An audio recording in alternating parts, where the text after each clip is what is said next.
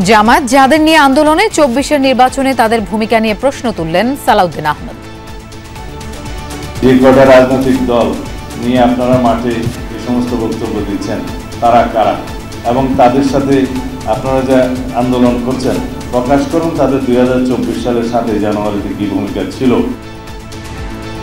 নতুন ইস্যু তৈরি করে বিভ্রান্তি ছড়ানোর চেষ্টা চলছে মন্তব্য রেজভির। ধর্মের ভিত্তিতে জাতিকে বিভাজিত করার পক্ষে নয় জামায়াত, জানালেন আমির। জুলাই সনদের ভিত্তিতে সংসদ নির্বাচনের দাবিতে খেলাফত মজলিসের নতুন কর্মসূচি। জুলাই সনদ নিয়ে ঐক্যমত্য না হলে চূড়ান্ত সিদ্ধান্ত নেবে সরকার, জানালেন বদিউল আলম। রাজনৈতিক সদিচ্ছা ছাড়া কোনো প্রক্রিয়া কার্যকর হবে না, মত বিশেষজ্ঞদের। রাজনৈতিক দলগুলো যদি একপথে পৌঁছে, ঐক্যমত্যে পৌঁছে, তাহলে তো ভালো, তা না হলে সরকারকে সেই সিদ্ধান্ত নিতে হবে। গণভোট করে জুলাই সনদটি বাস্তবায়ন করে তারপর নির্বাচন করবেন, এরকম যদি হয় তাহলে আমার মনে হয় যে রাজনৈতিক সংকট আরো বৃদ্ধি পাবে। নাশকতা নয়, চাঁদা না পেয়ে মিরপুরে বাসে অগ্নিসংযোগ ও গুলি, ২ জনকে গ্রেফতার করেছে যৌথ বাহিনী। ধরা ছোঁয়ার বাইরে গাংচিল বাহিনীর পিন্টু।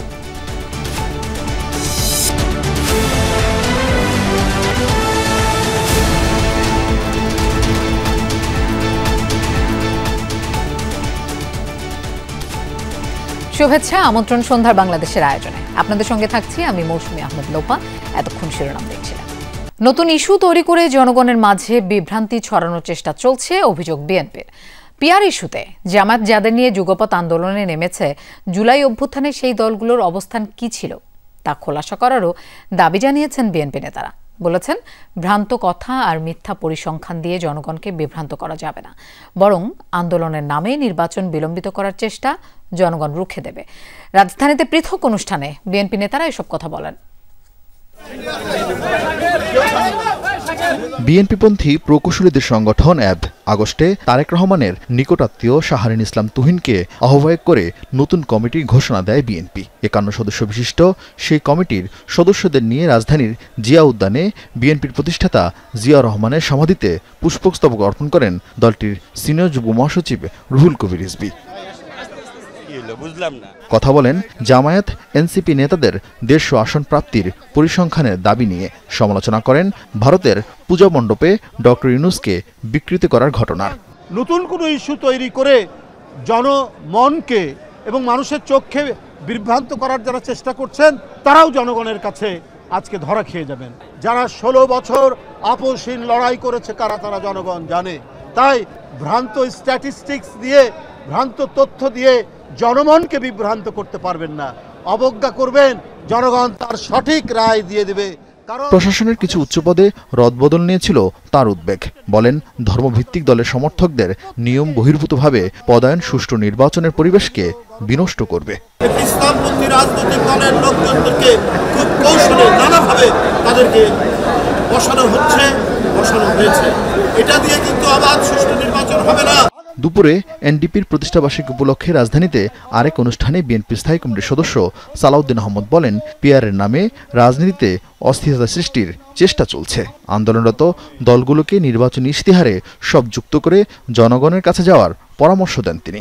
যারা আজকে পিআর করছে তাদের উদ্দেশ্যে শুধু বলি, যে কটা রাজনৈতিক দল নিয়ে আপনারা মাঠে এই সমস্ত বক্তব্য দিচ্ছেন তারা কারা এবং তাদের সাথে আপনারা যে আন্দোলন করছেন প্রকাশ করুন তাদের ২০২৪ সালের ৭ই জানুয়ারিতে কি ভূমিকা ছিল।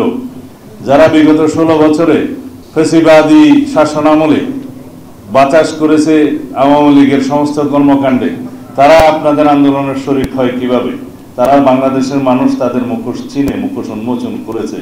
এ সময় গাজা অভিমুখী নৌবহরে ইসরায়েলি হামলা নিন্দা ও প্রতিবাদের পাশাপাশি জাতিসংঘকে দায়িত্বশীল ভূমিকা পালনের আহ্বান জানান সালাউদ্দিন আহমেদ। আমরা তার তীব্র নিন্দা জানাই। আরিফিন শাকিল, যমুনা নিউজ, ঢাকা। ধর্মের ভিত্তিতে জাতিকে বিভাজিত করার পক্ষে নয় জামায়াতে ইসলামী, জানিয়েছেন দলটির আমির ডাক্তার শফিকুর রহমান। সকালে আল-ফালাহ মিলনায়তনে দায়ী ও ওয়ায়েজ সম্মেলনে যোগ দেন তিনি। বলেন, বাংলাদেশ সাম্প্রদায়িক সম্প্রীতির অনন্য উদাহরণ। জামায়াতে আমির বলেন, স্বাধীনতার পর একটি মানবিক সমাজ গঠন করতে পারেনি বাংলাদেশ, তাই জাতিকে পথ দেখাতে ওলামাদেরকে আহ্বান জানান তিনি। একজন শিক্ষিত মানুষ জাতির যে ক্ষতি করতে পারে হাজারো মানুষ মিলেও সেই ক্ষতি করতে পারে না বলে মন্তব্য করেন তিনি। নিজ জ্ঞানকে কোরআন হাদিসের আলোকে জাতির জন্য কাজে লাগানোর কথা তাগিদ দেন ডাক্তার শফিক। তিনি বলেন, আল্লাহ ভীরু মানুষরা সমাজের নেতৃত্বে আসলে সমাজে শান্তি প্রতিষ্ঠা হবে।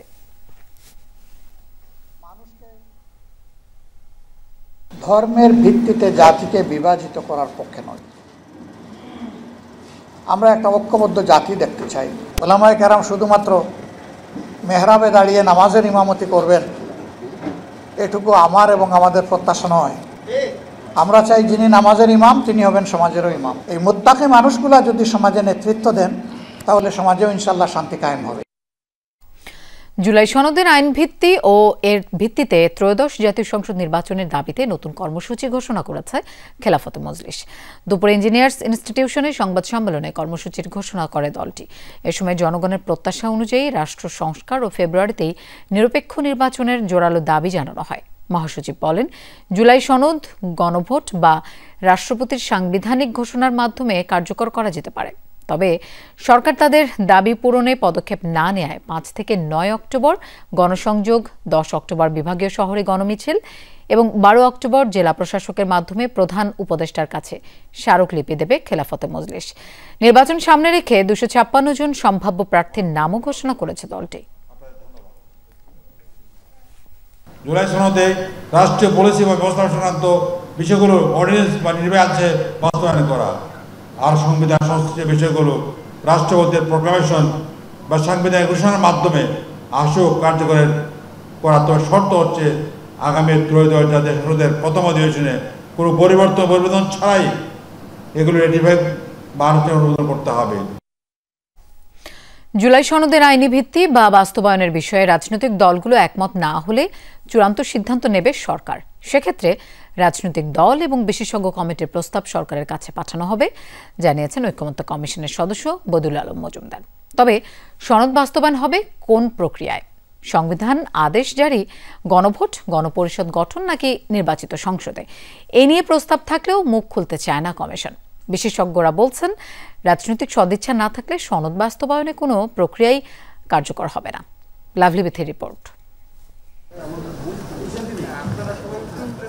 সংস্কার প্রস্তাব নিয়ে আলোচনায় 84টি বিষয়ে একমত রাজনৈতিক দলগুলো। প্রধানমন্ত্রীর ক্ষমতার ভারসাম্য, পিআর পদ্ধতি সহ মৌলিক কয়েকটি বিষয় আছে দ্বিমত। তবে ঐকমত্য কমিশনের সবচেয়ে বড় সংকট এখন সনদ বাস্তবায়নের প্রক্রিয়া নিয়ে। রাজনৈতিক দলগুলো আপনাদের পক্ষ থেকে যে সমস্ত মতামত এসছে, কমিশনের সংবিধান সংক্রান্ত প্রস্তাবগুলো আগামী জাতীয় সংসদে বাস্তবায়নের পক্ষে বিএনপি। জামায়াতে ইসলামী চায় নির্বাচনের আগে রাষ্ট্রপতির বিশেষ আদেশ বা গণভোট, আর এনসিপি এই ক্ষেত্রে গণপরিষদ গঠনের পক্ষে। তার একটি হচ্ছে গণভোট। এই অবস্থায় বাস্তবায়ন প্রক্রিয়া নিয়ে দলগুলো শেষ পর্যন্ত একমত না হলে সরকারের কোর্টে যাবে বল। যদিও অন্তর্বর্তী সরকারের জুলাই ঘোষণাপত্রে বলা হয়েছে নির্বাচিত সংসদে বাস্তবায়ন করবে সংস্কার প্রস্তাব। যদি সবগুলো দল একত্রিত একমত হয় তাহলে চার্টার সাইন হবে। আমরা আশা করি যে তা ঘটবে এবং এরপরে এটা কিভাবে বাস্তবায়িত হবে, তারা যদি রাজনৈতিক দলগুলো যদি একপথে পৌঁছে, ঐক্যমত্যে পৌঁছে তাহলে তো ভালো, তা না হলে সরকারকে সেই সিদ্ধান্ত নিতে হবে। জানা গেছে, রাজনৈতিক দল ও বিশেষজ্ঞ কমিটির সাথে আলোচনার ভিত্তিতে সনদ বাস্তবায়নের ক্ষেত্রে সংবিধান আদেশ জারি ও গণভোটের উপর জোর দিচ্ছে এই কমিশন। নতুনভাবে আলোচনা হচ্ছে আপিল বিভাগের মতামতের ভিত্তিতে গণপরিষদ গঠনের প্রস্তাবও। এখনো এগুলো চূড়ান্ত হয়নি। প্রস্তাব হয়তো দুটো হতে পারে, যেমন যেগুলোতে ডিসেন্ট নাই এটা একটা প্রস্তাব, সবগুলো হা না। আর একটা হলো যেগুলোতে ডিসেন্ট আছে সেগুলোতে হা না প্যাকেজ। তো এখনো এগুলো সিদ্ধান্ত হয়নি। 9টি বিষয়ে একমত নয়, 2টি বিষয়ে একমত। সেক্ষেত্রে স্যার এটার প্যাটার্নটা কিরকম হবে? এই যে আরো কয়েকদিন আছে, আমরা এইসব বিষয়ে সিদ্ধান্ত নেওয়া হবে। জুলাই সনদের বিষয়গুলো কিন্তু কারো কাছে স্পষ্ট না। সাধারণ মানুষের কথা বলছি। আপনি যদি বিশ্ববিদ্যালয়ের শিক্ষককে জিজ্ঞাসা করেন, একজন আইনজীবীকে জিজ্ঞাসা করেন, সেটা ভিন্ন বিষয়। জুলাই সনদের প্রত্যেকটা ধারা আপনার ভোটারকে বুঝতে হবে, জানতে হবে। আদারওয়াইজ আপনার এই যে গণভোট অনুষ্ঠিত হয় যদি, তাহলে সেটার যে ফলাফল সেটা আসলে প্রকৃত ফলাফল হবে না। বিশেষজ্ঞের মতে আপত্তির জায়গাগুলো সমাধান না করে গণভোট দেওয়াটা হবে অযৌক্তিক। সেক্ষেত্রে ভোটের পর সনদ কতটা কার্যকর হবে এই নিয়ে প্রশ্ন আছে তাদের। গণভোটে দিলাম, সংবিধান অন্তর্ভুক্ত করলাম, পরবর্তীতে কোনো এক সময় যদি কোনো সরকারের মনে হয় যে জুলাই সনদের কোনো অংশ তাদের জন্য সহনীয় না, তাহলে সেগুলোকে তারা মেজরিটি ভোটে বাদ দিয়ে দিতে পারবে। সংবিধান সংস্কারের চেয়েও বেশি জরুরি সেটা হলো যে আপনার রাজনৈতিক দলগুলো সংস্কার। রাজনৈতিক দলগুলো যদি সংস্কার না হয় তাহলে আপনার জুলাই সনদকে সংবিধানের উপরে স্থান দেন, তফসিলে স্থান দেন, তাতে কোনো কিছু আসে যায় না। জুলাই সনদ বাস্তবায়নের প্রক্রিয়া নিয়ে রাজনৈতিক দলগুলোর সাথে 5 অক্টোবর থেকে আবারও শুরু হচ্ছে ঐকমত্য কমিশনের সংলাপ। গণভোট করে জুলাই সনদকে বাস্তবায়ন করে তারপর নির্বাচন করবেন, এরকম যদি হয় তাহলে আমার মনে হয় যে রাজনৈতিক সংকট আরো বৃদ্ধি পাবে। লাভলি বিথি, যমুনা নিউজ, ঢাকা। রাজধানীর কাফরুলে ফাঁকা গুলি করে আলিফ পরিবহনের বাসে অগ্নিসংযোগের ঘটনায় দুজনকে গ্রেফতার করেছে যৌথ বাহিনী। শুরুতে নাশকতা মনে হলেও প্রাথমিক জিজ্ঞাসাবাদে বেরিয়ে আসে মাসিক চাঁদা না পেয়ে তাণ্ডব চালায় গাংচিল বাহিনীর সদস্যরা। সিসি ক্যামেরার ফুটেজে ঘটনার সত্যতা মিলেছে। যৌথ বাহিনীর অভিযানে নেসার ও দীপু গ্রেফতার হলেও এখনও ধরাছোঁয়ার বাইরে গাংচিল বাহিনীর অন্যতম সদস্য পিন্টু। বিস্তারিত জানাচ্ছেন রাব্বি সিদ্দিকী। 3 অক্টোবর সকাল 7:13 মিরপুরের সেনপাড়ায় আলিফ পরিবহনের এই বাসটি সিগন্যাল দিয়ে থামায় কয়েকজন যুবক। একে একে সব যাত্রীকে নামিয়ে দিয়ে শুরু হয় তাণ্ডব, চলে ফাঁকা গুলি আর বাসের স্টাফদের মারধর। এরপর বাসে পেট্রোল ঢেলে আগুন ধরিয়ে দেয় তারা। দাউ দাউ করে জ্বলতে থাকে বাসটি। 2-3 জন সিঙ্গেল দিছে, সিঙ্গেল দেওয়ার পরে চাপাইছি, চাপানোর পর 2-3 জন লাভ দেয়, ওইটা হেল্পারে মাইরা মইরা পরে গায়েতে আগুন ধরা দিছে আর সামনে খারা 2 রাউন্ড গুলি করছে। এর আগে স্টাফরে কোবাইছে, আমাদের এক স্টাফরে কোবাইছে, ঠিক আছে, এখন মনে করেন ড্রাইভারও মারলো, আগুন ধরাই দিল। প্রাথমিকভাবে এই ঘটনা নাশকতা মনে হলেও অনুসন্ধানে জানা গেছে গত 6 মাস ধরে আলিফ পরিবহনের মালিকের কাছে মোটা অঙ্কের চাঁদা দাবি করে আসছিল পিন্টু গ্রুপের নেসার সহ কয়েকজন। এই চাঁদা দাবি করার একটি অডিও রেকর্ডও পাওয়া গেছে। আমি না তো পিন্টু ভাই রিপোর্টারি না, সব পিন্টু ভাই জানে, পিন্টু ভাই কইছি পুরো জেনে আলিফ চলে সব জায়গায় অগ্নিসংযোগ ওখানে। ঠিক আছে, একটা মানুষের একটা ক্ষতি করে লাভ কি কোন, এটা কথা কোন ভাই। আর চাঁদা না পেয়েই আলিফ পরিবহনের এই বাসটি আগুন দিয়ে পুড়িয়ে দেওয়া হয় বলে দাবি করেন ভুক্তভোগীরা। নেসার নামের এক ছেলে, ও এটা ঘটনাটা ঘটাইছে। নেসার প্লাস পিন্টু, নেসারের ভাই হয়েছে পিন্টু। ওরা দীর্ঘদিন ধরে আমাদের কাছে চাঁদা চাইতেছে, চাঁদা না দেওয়ার কারণে ওরা এই ঘটনাটা ঘটাইছে। ওদেরকে প্রতি মাসে 1 লাখ করে দিতে হবে, 1 লাখ টাকা করে না দিলে আপনার গাড়ি চলতে দেবে না। এ ঘটনায় কাফরুল থানায় নেসার ও পিন্টুকে প্রধান আসামি করে মামলা হয়েছে। এরই মধ্যে যৌথ বাহিনী অভিযান চালিয়ে নেসার সহ 2 জনকে গ্রেফতার করেছে। যদিও চাঁদা দাবি করা গাংচিল বাহিনীর পিন্টু এখনও ধরাছোঁয়ার বাইরে। 3-4টা লোকেশন পেয়ে আমরা সেখানে সমন্বিতভাবে একসাথে একযোগে অপারেশন পরিচালনা করি, যাতে এক জায়গায় সংবাদ পেয়ে আরেক জায়গা থেকে তারা পালাতে না পারে। তো পরবর্তীতে রূপনগরে ইস্টার্ন হাউজিংয়ে ওখানে সে আমাদের নিকট ধৃত হয় এবং পরবর্তীতে আমরা তাকে নিয়ে পিন্টুকেও ধরার কার্যক্রম অব্যাহত রেখেছি এবং ইনশাল্লাহ খুব শীঘ্রই পিন্টু ধরা পড়বে। চাঁদা পিন্টু ভাই কি চাইছে এটা আমি জানি না, কিন্তু আমরা 5 জন লোক চাকরি দেওয়ার কথা ছিল, যে নিয়ে দ্বন্দ্ব চলতেছে। আব্বাস একটা লোকও চাকরি দিব না। পরে পিন্টু ভাই বলতেছে তুই কেডা, তুই আব্বাস, আমি পিন্টু, এই লিয়ে লাগছে। 4 জনই ছিলাম, গাড়ি থামায় গাড়ি তেল ডাইলে আগুন ধরাই দিছি। ওই পিন্টু ভাই বলছে যে আগুন দিয়ে আব্বাস কি করে। গোয়েন্দারা জানিয়েছে পিন্টু সহ চক্রের বাকিদের ধরতে অভিযান চলছে। রাব্বি সিদ্দিকী, যমুনা নিউজ, ঢাকা। 8 মাসে দেশে ধর্ষণের শিকার প্রায় 400 কন্যা শিশু, নিপীড়ন ও যৌন হয়রানির শিকার আরও কয়েকশো। এমনই উদ্বেগজনক প্রতিবেদন প্রকাশ করেছে জাতীয় কন্যা শিশু অ্যাডভোকেসি ফোরাম। বক্তারা জানান, আওয়ামী লীগ সরকার কৌশলে বাল্যবিবাহের সংজ্ঞাও পরিবর্তন করেছে, যার কারণে বাংলাদেশে কন্যা শিশুর নিরাপত্তা এবং উন্নয়ন অধরাই থেকে গেছে। নারীর প্রতি সহিংস আচরণের ঘটনা প্রতিদিনই সামনে আসছে। এ তালিকায় ভুক্তভোগী কন্যা শিশুদের সংখ্যাও রীতিমতো আশঙ্কাজনক। এবার জাতীয় কন্যা শিশু অ্যাডভোকেসি ফোরামের প্রতিবেদনে উঠে এসেছে আরও উদ্বেগজনক তথ্য। বিকেলে প্রেস ক্লাবে কন্যা শিশুদের বিরুদ্ধে নিপীড়ন সংক্রান্ত রিপোর্ট প্রকাশ করে জাতীয় কন্যা শিশু অ্যাডভোকেসি ফোরাম। রিপোর্টে গত 8 মাসে 70টি সংবাদ মাধ্যমের তথ্য বিশ্লেষণ করা হয়েছে। প্রতিবেদনে উঠে এসেছে, জানুয়ারি থেকে আগস্টের মধ্যে 18 বছরের কম বয়সী প্রায় 400 কন্যা শিশু ধর্ষণের শিকার হয়েছে। নিপীড়ন আর হেনস্থার শিকার হয়ে আত্মহনন করেছে 104 জন। এছাড়া যৌন নিপীড়ন ও মানব পাচারের শিকার হয়েছে বহু কন্যা শিশু। প্রতিবেদন উপস্থাপন অনুষ্ঠানে ডিবেট ফর ডেমোক্রেসির চেয়ারম্যান হাসান চৌধুরী কিরণ বলেন, বিগত সরকার কৌশলে বাল্যবিয়ের সংজ্ঞাকেও পরিবর্তন করেছে। তিনি বলেন, এর ফলে বাল্যবিবাহ বন্ধে কোনো টেকসই সমাধানে আসতে পারেনি বাংলাদেশ। বিগত সরকার 18 বছর থেকে তার নিচে মেয়ে শিশুদেরকে বিয়ে দিলে সেটি স্বীকৃতি দেওয়া, 21 বছরের নিচে ছেলেদের বিয়ে দিলে সেটি স্বীকৃতি দেওয়া, সেই জায়গা থেকে কিন্তু আমাদেরকে অন্তর্বর্তীকালীন সরকার বা ভবিষ্যৎ সরকারে যারা আসবেন তাদেরকে মাথায় রাখতে হবে। আমরা মনে করি যে জুলাই আকাঙ্ক্ষা কোনোভাবেই বাস্তবায়িত হবে না যদি আমরা এই জুলাই কন্যাদের যদি আমাদের কন্যা শিশুদের সুরক্ষা করতে না পারি। এদিকে জাতীয় ঐকমত্য কমিশনেও নারী অধিকার নিয়ে আলোচনা হলেও রাজনৈতিক দলগুলোর কাছ থেকে ইতিবাচক সাড়া না পাওয়ার অভিযোগ করেছেন বদিউল আলম মজুমদার। বলেন, এতে নারীর অধিকার প্রতিষ্ঠা প্রশ্নের মুখেই রয়ে গেছে। নারীর ব্যাপারে আমাদের কিন্তু ব্যাপক আলোচনা হয়েছে।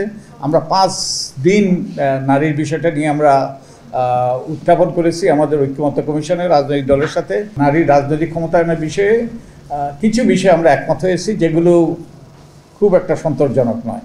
নারী যদি শিক্ষিত হয়, এবং যেটা শুরু হইতে হবে বাল্যকাল থেকেই, তাহলে পুরো সমাজ, পুরো জাতি শিক্ষিত হবে।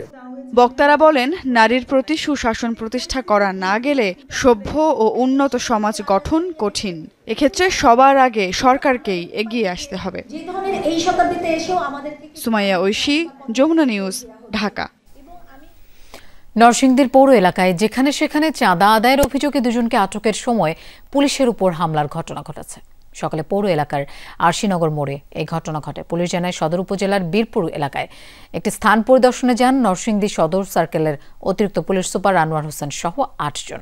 ফেরার পথে আরশিনগর মোড়ে অটোরিকশা এবং সিএনজি থেকে চাঁদা তুলতে দেখে দুজনকে আটক করেন তারা। এই সময় পেছন থেকে তাদের উপর হামলা চালায় অর্ধশত চাঁদা আদায়কারী। পরে পুলিশ সুপার আনোয়ারকে আঘাত করে আটককৃতদের ছিনিয়ে নিয়ে পালিয়ে যায় দুর্বৃত্তরা। এ সময় আহত হন আরও কয়েকজন পুলিশ সদস্য। তাদের উদ্ধার করে হাসপাতালে পাঠানো হয়। তবে পৌর এলাকার স্ট্যান্ডের ইজারাদার আলমগীর হোসেন বলেন, বৈধ ইজারার শর্ত মেনে টাকা তোলার সময় পুলিশ বাধা দিলে ধাক্কাধাক্কির ঘটনা ঘটে। পুলিশের উপর হামলার ঘটনা মিথ্যা, ভিত্তিহীন বলে দাবি তার। হঠাৎ করে আইসা আমার লোক ধরছে, উনি ইয়া করছে, আসলে ওর এসপি সাহেব মারতে পারে না, মারে বোকামি। আসামি লাগা বলছে মনে হয়তো ভাই অনেকক্ষণ দাঁড়াচ্ছে, পড়ে গেছে, এটা আমাদের উপরে একটা সিচুয়েশন ক্রিয়েট করে আমার হচ্ছে বুকে ঘুষি মেরে আমাকে নিচে ফেলে দিল, লাথি মারলো, তারপরে হচ্ছে পায়ের নিচে পা দিয়ে আঘাত করলো, আর পরে মাথায় আঘাত পেলাম।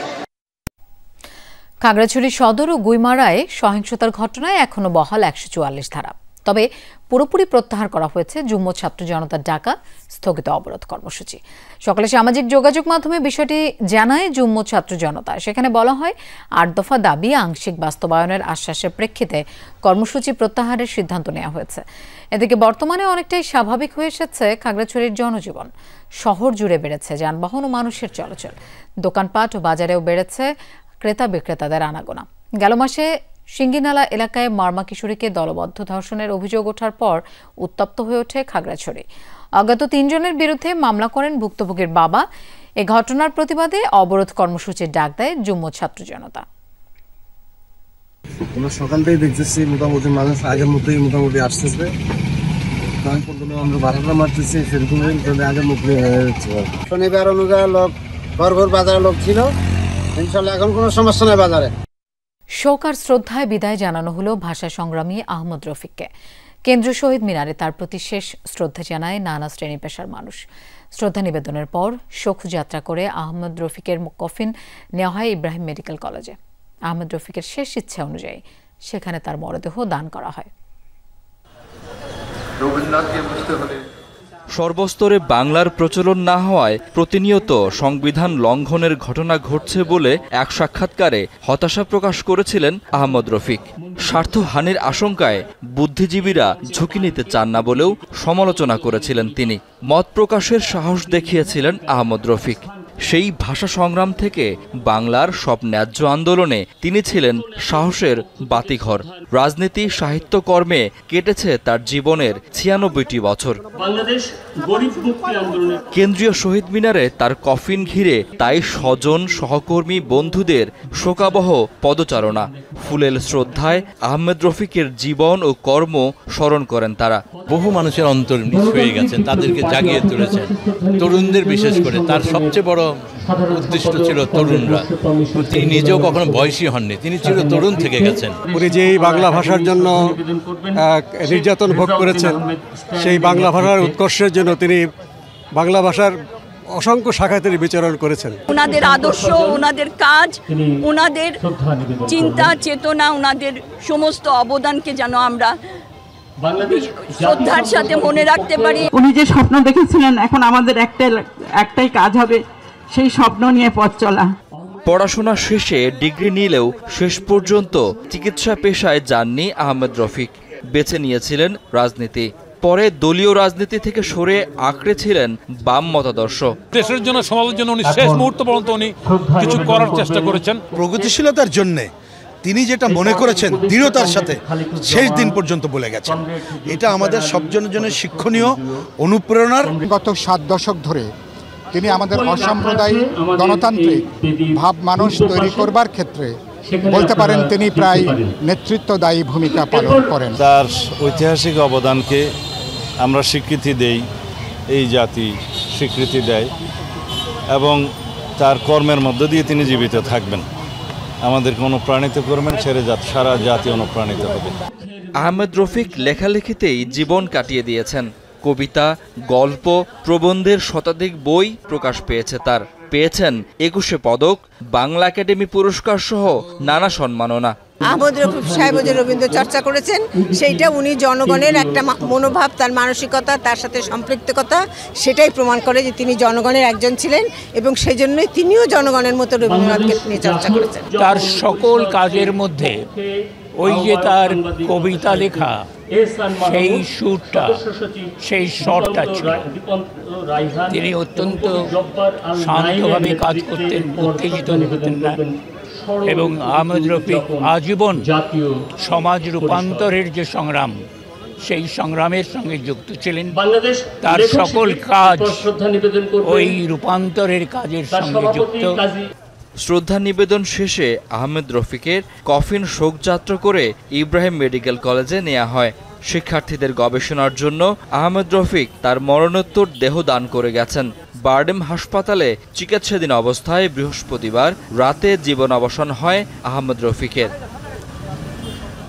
শাকিল হাসান, যমুনা নিউজ, ঢাকা। ফেব্রুয়ারিতে জাতীয় সংসদ নির্বাচনের নামে প্রহসন হতে যাচ্ছে বলে মন্তব্য করেছেন জাতীয় পার্টির একাংশের চেয়ারম্যান জিএম কাদের। শনিবার বিকেলে ঢাকা রিপোর্টার্স ইউনিটির শফিকুল কবির মিলনায়তনে জাতীয় মহিলা পার্টির কেন্দ্রীয় বর্ধিত সভায় এমন মন্তব্য করেন তিনি। জাপার একাংশের চেয়ারম্যান বলেন, শেখ হাসিনা খারাপ নির্বাচন করেছেন, কিন্তু এখনও ভালো নির্বাচনের লক্ষণ দেখা যাচ্ছে না। জিএম কাদের আরও বলেন, আগামী ফেব্রুয়ারিতে নির্বাচনে সরকারি দলের সঙ্গে আধা সরকারি দলের প্রতিদ্বন্দ্বিতা হতে যাচ্ছে। তিনি দাবি করেন, জাতীয় পার্টি কখনো আওয়ামী লীগের দোসর ছিল না, সবসময় হাসিনা সরকারের সমালোচনা করেছেন বলে জানান তিনি। জিএম কাদের আরও বলেন, যারা আওয়ামী লীগের হয়ে কাজ করেছে তারা দল থেকে চলে গেছে। জাতীয় পার্টি নির্বাচন করবে জানিয়ে তিনি বলেন, নিরপেক্ষ সরকারের অধীনে ভোট হতে হবে। ফেব্রুয়ারি মাসে যে নির্বাচন নিয়ে এত আলাপ আলোচনা হচ্ছে, সেটার বিষয়ে আমাদের মতামত হলো, এটা সঠিক অর্থে ঠিক নির্বাচন হচ্ছে বলে আমরা মনে করছি না। এটা নির্বাচনের নামে কিছুটা প্রহসন হচ্ছে বলেই আমার বিশ্বাস।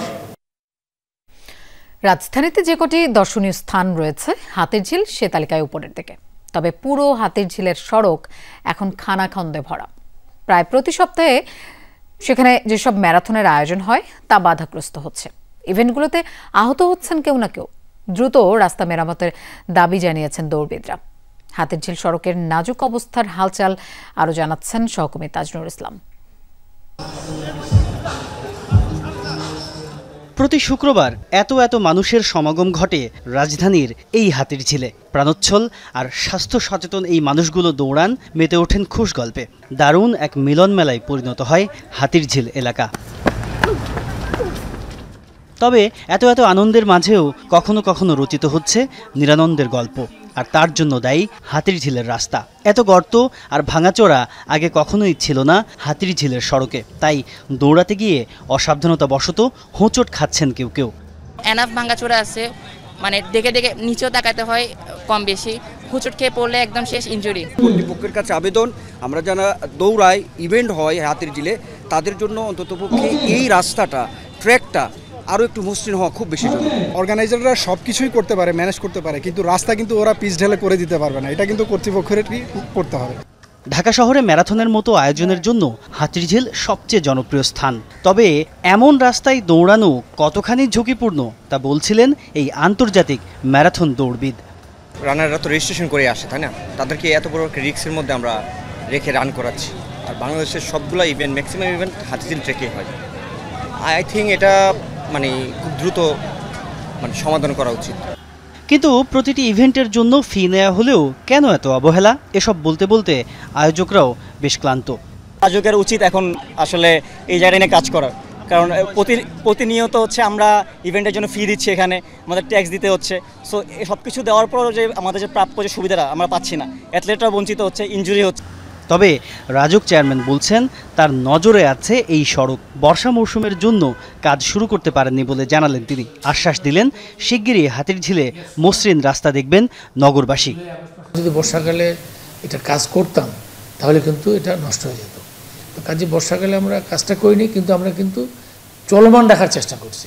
হয়তো একটু সমস্যা হয়েছে, কিন্তু মেজর কিন্তু কোনো সমস্যা অ্যাকচুয়ালি আমরা হতে দিইনি। 2013 সালে জনসাধারণের চলাচলের জন্য উন্মুক্ত করা হয় হাতিরঝিল প্রকল্প। এই ঝিলের সড়ক তেজগাঁও, গুলশান, বাড্ডা, রামপুরা, মধুবাগ, কাউরান বাজার ও মগবাজারকে যুক্ত করেছে। তাজনুর ইসলাম, যমুনা নিউজ, ঢাকা। 4 দিনের সরকারি ছুটির শেষ দিনেও পর্যটকের ঢল রাঙামাটি, বান্দরবান এবং কক্সবাজারে। দূর দূরান্ত থেকে আসা অগণিত পর্যটকের কোলাহলে মুখর দর্শনীয় সব স্থান। প্রকৃতির নৈসর্গিক সৌন্দর্য উপভোগে ব্যস্ত সবাই। ছুটি শেষ হওয়ায় আজ থেকে কর্মস্থলে ফিরতে শুরু করেছেন অনেকেই। কক্সবাজার ও 3 পার্বত্য জেলার প্রতিনিধির পাঠানো তথ্যচিত্র নিয়ে আলামিন শিকদারের রিপোর্ট। ছুটি শুরুর পর থেকে পর্যটকের আনাগোনায় মুখর রাঙামাটির দর্শনীয় সব স্থান। ঝুলন্ত সেতু, কাপ্তাই হ্রদে নীল জলরাশিতে নৌকা ভ্রমণ, পলয়েল পার্ক, আরণ্যক, সুবলং ঝর্ণা, সাজেক ও কাপ্তাইয়ে প্রকৃতির অপরূপ সৌন্দর্য উপভোগে দূর দূরান্ত থেকে এসেছেন অনেকে। নৌকো এবং বুট নিয়ে আমরা দীর্ঘ সময় রাতে অবস্থান করতে পারি এবং বিভিন্ন সেক্টরে যেতে পারি। অনেক সময় এক একজন এক এক কাজে ব্যস্ত, কেউ ব্যবসা করি, কেউ বাইরে থাকি, প্রবাসী। এখন ছুটির দিন সবাই একসাথে হয়েছি, আরণ্যরা লেগ গেলাম, আর্মিরা করছে, খুব সুন্দর হয়েছে জিনিসটা। এখন যাব সুবলং ঝর্ণাতে, বিভিন্ন স্পট আছে, আদিবাসী পাড়া আছে, ওখানে যাব। বান্দরবানেও সব হোটেল, মোটেল, রিসোর্ট পরিপূর্ণ। পূজার ছুটিতে ঢল নামে পর্যটকের। একটানা এই পূজার ছুটিটার জন্য এখন একটা সুযোগ হয়েছে যে আমরা বান্দরবনে ঘুরতে এসেছি এবং এখানকার পাহাড়গুলো অসম্ভব পরিমাণ সুন্দর। এক কথা, আপনি যদি বান্দরবন না দেখেন, আপনি বাংলাদেশের সৌন্দর্য দেখেন। এখানে অনেক পর্যটক কেন্দ্র আছে, এই পার্ক আছে, প্রকৃতির সান্নিধ্য পাওয়া অবশ্যই একটা ভালো লাগার জায়গা। এবং এই ছুটিটা এটা হচ্ছে পরিবারকে সাথে নিয়ে এই আনন্দঘন যাত্রা। তবে খাগড়াছড়ির চিত্র ভিন্ন। সাম্প্রতিক সহিংসতার ঘটনায় আলুটিলা, হার্টিকালচার পার্ক সহ সব স্পটে পর্যটক সমাগম নেই বললেই চলে। বুকিং বাতিল হয়েছে সব হোটেল, মোটেলে। কক্সবাজার সমুদ্র সৈকতের কলাতলি, লাবণী ও সুগন্ধা এই 3 পয়েন্টে তো আছেই পরিবার, পরিজন, বন্ধু বান্ধব, ভ্রমণপ্রিয় মানুষ ভিড় করেছেন ইনানি, হিমছড়ি ও পাটুয়ারটেকে। তবে শনিবার ছুটির শেষ দিন, রোববার খোলা কর্মস্থল, ফলে কক্সবাজার ছাড়তে শুরু করেছেন বেশিরভাগ পর্যটক। আল আমিন শিকদার, যমুনা নিউজ। গাজাগামী গ্লোবাল সুমুদ ফ্লোটিলার নৌবহরে থাকা জাহাজগুলোকে অবিলম্বে গাজায় পৌঁছে দেওয়ার আহ্বান জানিয়েছেন ঢাকা বিশ্ববিদ্যালয়ের শিক্ষকরা। দুপুরে অপরাজেয় বাংলার সামনে ঢাকা বিশ্ববিদ্যালয়ের শিক্ষকদের সংগঠন ইউনিভার্সিটি টিচার্স লিংক আয়োজিত এক মানববন্ধনে আহ্বান জানান তারা। বলেন, যাদেরকে বন্দী করা হয়েছে অবিলম্বে তাদের মুক্তি দিতে হবে। যে ত্রাণ সহায়তা নিয়ে যাওয়া হচ্ছে সেগুলো গাজায় নিরাপদে পৌঁছে দেওয়ার আহ্বানও জানান শিক্ষকরা। একই সাথে ফিলিস্তিনিদের উপর ইসরায়েলের আক্রমণ ও আগ্রাসন বন্ধের দাবি জানান বক্তারা। সুমুদ ফ্লোটিলা থেকে যাদেরকে গ্রেপ্তার করা হয়েছে তাদের আমরা অবিলম্বে সম্মানজনক মুক্তি কামনা করি। শান্তি চুক্তির প্রস্তাব করা হয়েছে সেটি বাস্তবায়ন করার জন্য আহ্বান জানাই। এই বহরকে নিরাপদে উপত্যকায় পৌঁছতে দেওয়া হোক।